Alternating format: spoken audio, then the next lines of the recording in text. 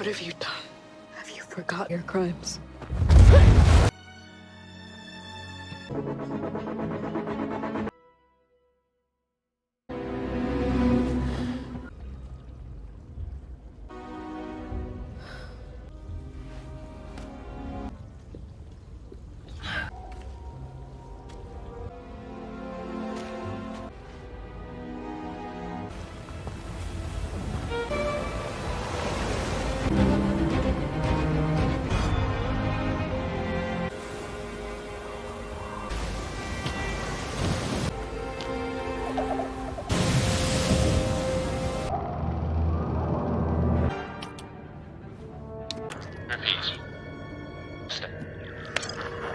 On the testing screen. What do you want me to do? First, someone knew we were coming.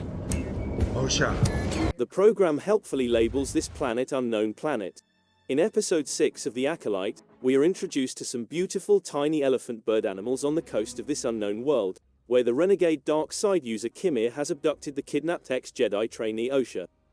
The next week's action-packed episode, Night, was much needed after the previous week's intense tension and tragedy.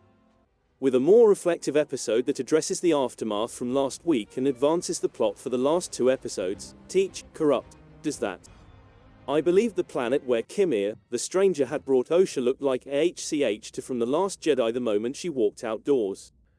The series does a great job of communicating that it is not HCH to by displaying the title card, Unknown Planet. Because it fits in nicely with Osha's confusion about her location and next steps, I love not knowing the planet's name even if a part of me wants to know it for canonical laws sake. Kimir has generally been silly or ominously dark thus far. But in this episode, he comes across as simply an ordinary guy going about his everyday business, interacting to Osha in a casual, equal-minded manner. Osha and the audience find this disconcerting, particularly in light of the previous episode's events. Everything he says seems reasonable and appealing because of his grounded attitude. Everything that Kimir says sounds fantastic, including his views on achieving independence, the injustice of the Jedi's one-sided relationships, and the way he seems to give Osha more confidence in her own abilities than Sol and the other Jedi. All of what he says is true, and it's easy to understand how the evil side of the Force might entice practically anyone, Osha in particular. The issue is what Osha should do with her untapped potential and what Kimir intends to do with that freedom. The evil side can make very alluring promises that at first seem to be grounded in truth and good intentions, but in the end, they just serve as a pretext for doing harmful and self-serving actions. Still, Osha succumbs to Kimir's charms to the point that he ignites his crimson lightsaber and holds it to his neck, gaining Osha the opportunity to don his mask and take a step toward accepting his darker side. Since the first episode, when Osha liberated the prisoner and the prisoner fled, screaming wildly, there have been hints of her propensity for evil. Before Sol cleared his throat, he yelled that he felt something evil in her. Manny Jacinto's performance in this episode is matched by the equally remarkable performances of Amandla Stenberg and Lee Jung-jae. May struggles and makes a convincing impression as Osha, while Stenberg presents a troubled Osha. Both performances seem unique. Despite what transpired on Brendok 16 years ago, Lee's desperation after losing his Padawan Jetski Lon and the other Jedi on his squad is evident, and I still cry for him in practically every scene of this episode. I'm worried about what Sol will do next considering all that has transpired and his choice to go with a prisoner May before Vernstra Rawo and the other Jedi could get to him.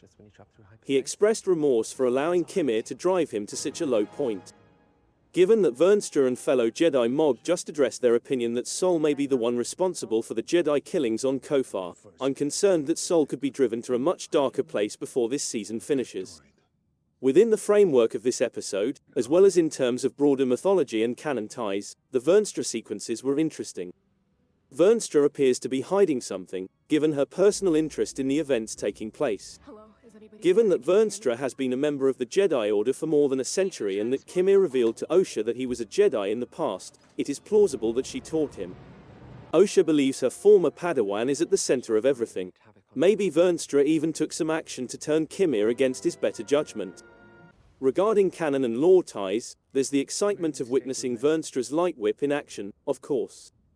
Another thing I liked was that, since Vernstra and Sol stated in the first episode that they would not allow their political rivals to utilize Indara's murder against them, I've been curious about who those opponents are at this late stage in the High Republic's history. The mention of Senator Rayencourt, who despises the Jedi and is garnering support and spearheading a motion for an outside assessment of the Jedi Order, gives us a bit more context for this episode.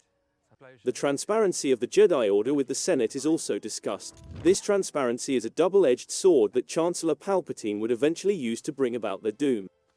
Vernstra's statement that she finds hyperspace travel disturbing is another interesting link. Vernstra is shown a hyperspace passage in the High Republic books, and she also sees visions of hyperspace that are crucial to the plot's resolution. It's interesting to note that a century into the history, Vernstra still finds hyperspace travel disturbing. This adds to the mystery surrounding how Vernstra's arc and her relationship with hyperspace will develop in the future books and episodes of the series.